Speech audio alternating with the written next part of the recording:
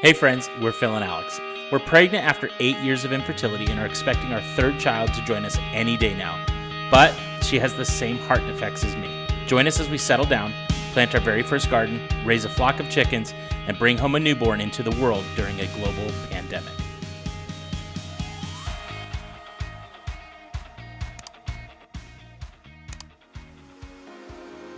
And for your stretches.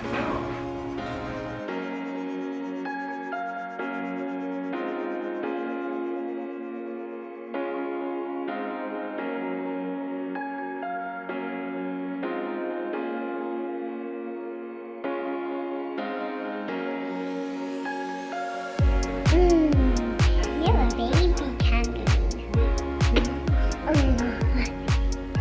We're doing stitches together. Is Daddy on a date with Callie? Yeah. And you're on a date with me doing stretches?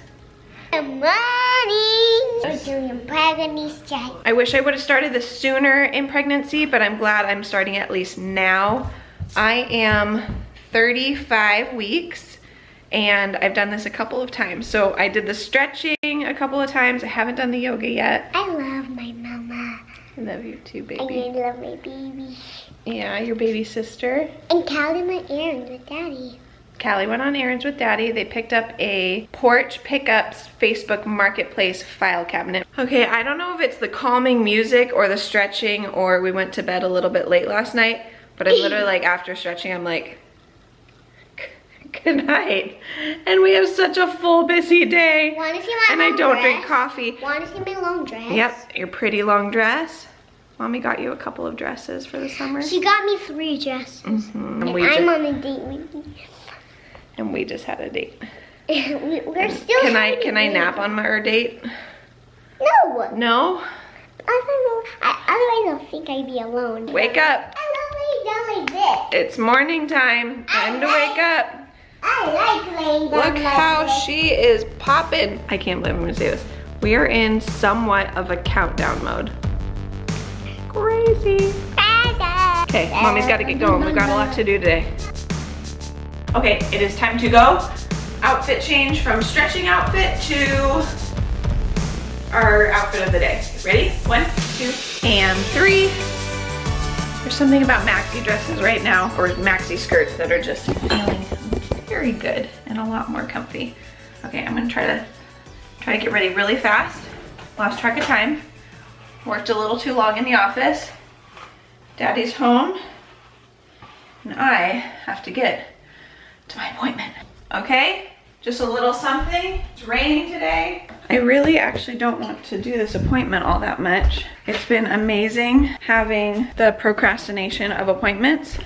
Like all my appointments got pushed by a month because they said it's not gonna change anything, so you don't need to come in and be exposed and all that stuff. It's been really nice to not have to like really think about baby girl's heart. Okay, we have made it. We're about to run in, but I'm almost a little bit excited that I was a little tired this morning to remind myself, Alex, don't forget to take your prenatals now in the morning when you need them versus I always find myself taking them at night. But it is perfect. I want to share with you guys our sponsor for today's video, Ritual Vitamins. I found them. Actually, I saw them on my friend's Instagram before they reached out to us. And when they asked to work with us, I was like, yes, absolutely. I was already gonna go order some. So these Ritual vitamins, I used to take a fistful of vitamins. You guys saw like a year ago. Well, through pregnancy, like the idea of taking a fistful of vitamins was just like a little overwhelming. And I was naughty and I would forget to take my prenatals. So when I switched over to Ritual, I take these 2 pills and they have my omegas in them. They smell like lemon. When I opened up the bottle for the first time, I'm like, am I crazy? No, it smells like lemon. I have the prenatals and they are all the things. Vegan, sugar-free, non-GMO, gluten-free, allergy-free, and they don't have any like sketchy fillers. They're just a good vitamin that I just can take my 2 pills, make sure I'm getting the nutrients I need. Let's be honest, a lot of us, I eat super healthy and I still know that I am missing things in my diet that don't well round me enough to give everything I want to give to baby. And if you look, I'm getting my oils and my dry in my capsule. And they have a no nausea design, so I will take them at night when I have forgotten all day. Take them at night, haven't had a meal, not a problem. So it's a subscription, making sure you're taking your vitamins, but you can hit snooze anytime. There's no strings attached. So right now, Ritual is giving you guys 10% off of your first 3 months. All you have to do is go to ritual.com/PhilAlex. I'll leave it down in the description down below. You can click the link, go use our discount, try them out, and start using vitamins to give yourself the nutrition that can fill the gaps in your diet that is essential for women. Parked in the oversized car parking lot with our truck. And I'm gonna head in. I'm by myself. This is not our cardiology appointment. This is my high-risk OB. Well, that was different. Came in and they directed us to tables to ask us fever, cough, flu-like symptoms, anyone exposed to coronavirus, and take our temperature. And I got off on the wrong floor. I got off on our cardiology floor, but I need to go up to the high-risk OB first. But she's doing good. She flipped. I meant to tell you guys that. She's been in the same position and she is in a different spot, and I'm curious ultrasound where she's gonna actually be laying.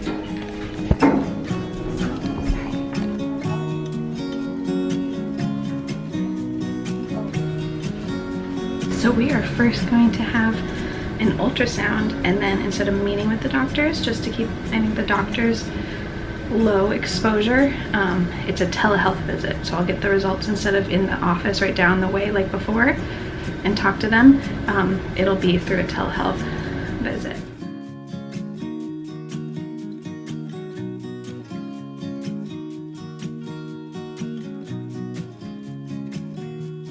Ultrasound right down the way in the conference room, waiting for a Zoom call with the doctor. I think that might be down the hall. This is so interesting, but how cool is technology? Zoom for the win again. Hopefully everything looks good. I think I was in there just a little bit like, please don't tell me anything else is wrong. But she did flip. Okay, so she was like for weeks, feet over here, butt right here, head down. Now feet are over here, butt is here, head is down. It felt different, but now that I can feel her feet again, because I can, they're right there. And I used to be able to do the same right here. I felt like I knew exactly where she was, but now I really know where she is based on ultrasound. Head down. That's not all I care about. I know they can flip in the end, but it's good for being able to deliver without a C-section. Why is my seatbelt doing this? Yes, I know it locks when you do that, but I can't give myself more space. I don't want to drive like that. I thought I was gonna call Philip right now, but he's just gonna have to wait. I'll tell him when we get home, and I'll tell you when we get home. Okay, let's go.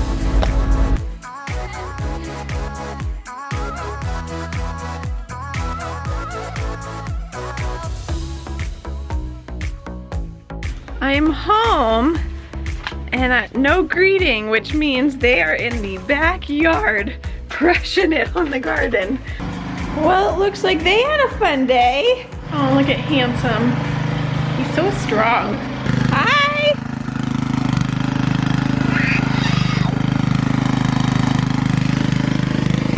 Hi, baby! Hi! Hi! How was your day? Good, you're in your PJs. Yeah, look at Daddy. Look at Daddy.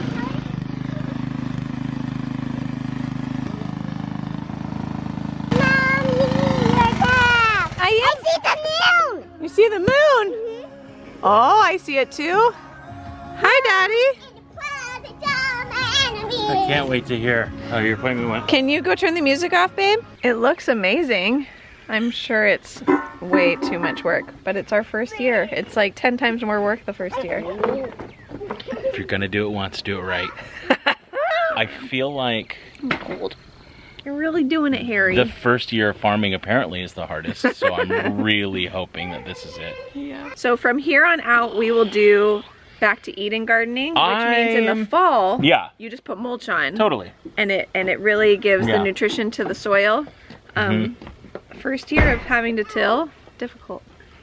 we just did it wrong. We didn't really know exactly what we were doing. We learned while we were going, and so that's also the most expensive way to do anything. We're learning a lot. These are the rocks that we've pulled out of the garden. Whoa.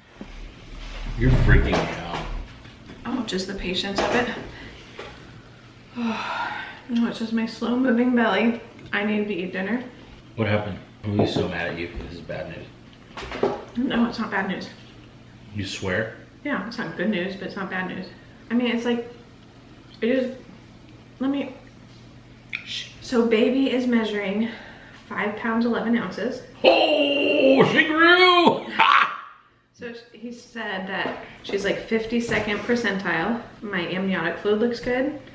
He said there's no, he asked, oh, are they going to induce you? Or, and I said based off of your delivery date of May 31st. Yeah, are they going to induce you early or, you know, whatnot? He said every team that we've talked to, cardiology, their team, the MFM. So it's high risk OB, but it's like maternal fetal medicine. So MFM, cardiology, and Baby & Co. have all said there's no reason to induce you early. Like, just we treat the delivery like a normal delivery. It's not until right after she's born that everything kind of changes. So I asked him, how long can she be with me? And he said, it's gonna feel shorter than you're gonna want. He said, like, talk to cardiology of how long they're comfortable letting you, like, hold and skin to skin if she's crying in pink. And like, if there's tough too much for her, if she's too blue, then they'll have to take her away and go do some stuff immediately. They would have to take her immediately, like, not even hold her. But if she's doing okay, we could probably hold her. Go potty. No, this is just play, because they went. They have to go potty before we get in bed for this reason. But they missed what was I me saying? today. Yeah, I missed them today. They missed you a lot today. They struggle without me. I think the most genuinely struggle so hard without you. They have so much fun with me, but it's also they miss you. They just melt down sometimes when you're not here. Yeah. And I'm so nervous because I'm gonna want to be in the Ronald McDonald at the NICU 24/7, but my other kids are not gonna do well if I'm not with them 24/7. So this is gonna be really hard. As of right now, I can go into labor naturally, which is amazing, because he said, you know, that gives us a higher chance. He said this gives us a higher chance of being able to have a natural delivery, you know. And he asked me, he goes, are you planning on having an epidural? And I said no. He said, okay, so then that means, like, right after you deliver, you'll be able to get cleaned up and go to the NICU a lot faster. If I have an epidural, it could be 24 hours, or like, you have to, like, I don't know how long after. It's hours and hours and hours after an epidural before so I feel like it's gonna motivate me even more to have a natural delivery. So there's that. That's awesome. I'm feeling like the pin's about to drop because I'm usually so used to bad news. I'm just like sitting here, I'm like, just bring it. I remember being such an optimistic self through 8 years of this whole process, and I'm like, it's gonna be okay, it's gonna be okay. And now I'm like, okay, we're pregnant. I'm like, just waiting for something to be wrong when you tell me this news, but this is great. Interesting. Yeah. So her AV canal, I could see when they were doing the echo, like, they would pause at pictures, and I'm like, the whole heart is open. Like, I see all things open. So, we explained it in this video. We'll leave the video in the description down below if you haven't heard the details of what the cardiac condition is. Exact same heart condition I was born with 32 years ago. So it's AVSD plus a coarc. So the news today, and I don't know if I'm in La La Land, the ultrasound tech said she couldn't get really great pictures, but when I talked to the doctor, he wasn't like, oh, I couldn't see it quite well. He pretty much said, I don't really see a concerning coarc. Stop. It wasn't like, oh, I should have asked him, is there, like, I should have asked him blunt out, is there a coarc? But I think we were asking so many questions quickly that I didn't ask him, but he pretty much was like, I don't see that it would be like. Wait, she possibly would not have to have that first surgery? Stop. Girls, close the door, please. Middle of this climactic conversation I need to go handle. And we're back. And we're back. So I Wait, let me repeat That's what what I'm saying. I think I heard. I don't know if I'm in La La Land. I think I heard there's not a concerning enough coarc to say definitively she will not need that first open heart surgery. Here's the thing. No matter any baby, you have to wait until they're born 100% before you can say, is this a concerning coarc or not? Right, the last time we had an appointment, which was what, 3 weeks ago, 4 weeks ago? A month ago. They said she definitely has AV canal and she definitely has a coarc, and unless it opens, right, then we will most likely prepare upon birth that she'll have to have an open heart surgery either right away or within the first week. Yeah. Just the coarc repair. She will have to have the AVSD fixed within 4 to 6 months of birth. Right. But the biggest, and I guess the most troublesome problem that we came up with 4 weeks ago at the hospital was she definitely has a coarc. And well, I saw it on ultrasound. Right. When we did our first maternal fetal medicine and our cardiologist, I saw the pinch. I saw it, like it was so obvious. I was like, and that's super narrow right there. Yeah. So we see cardiology in 2 weeks, so I'm not getting my hopes up because they have a more detailed machine to actually look at all the vessels. Okay. But as of right now, of the pictures today, it seemed like maybe. Can they look in that? Did they do an echo or just an like what they do? Just an echo? No, they did the whole ultrasound. Okay. It was like a full fetal Were ultrasound. they able to see the blood flow? Yes.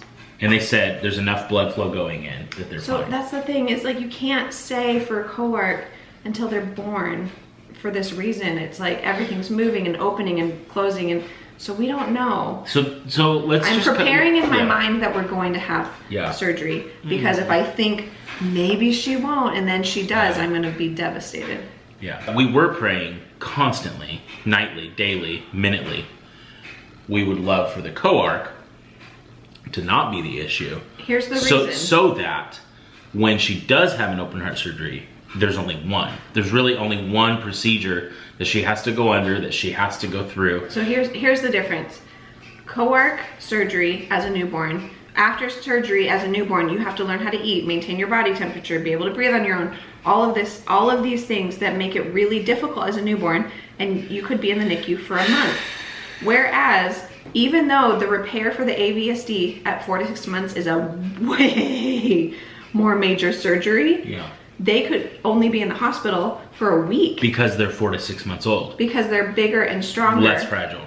And so it would be amazing, because we would just go home and be able to breastfeed, and we would go home and be just monitoring with appointments. We could go home, but I don't want to get my hopes up. I don't want to be in La La Land. We will wait 2 weeks.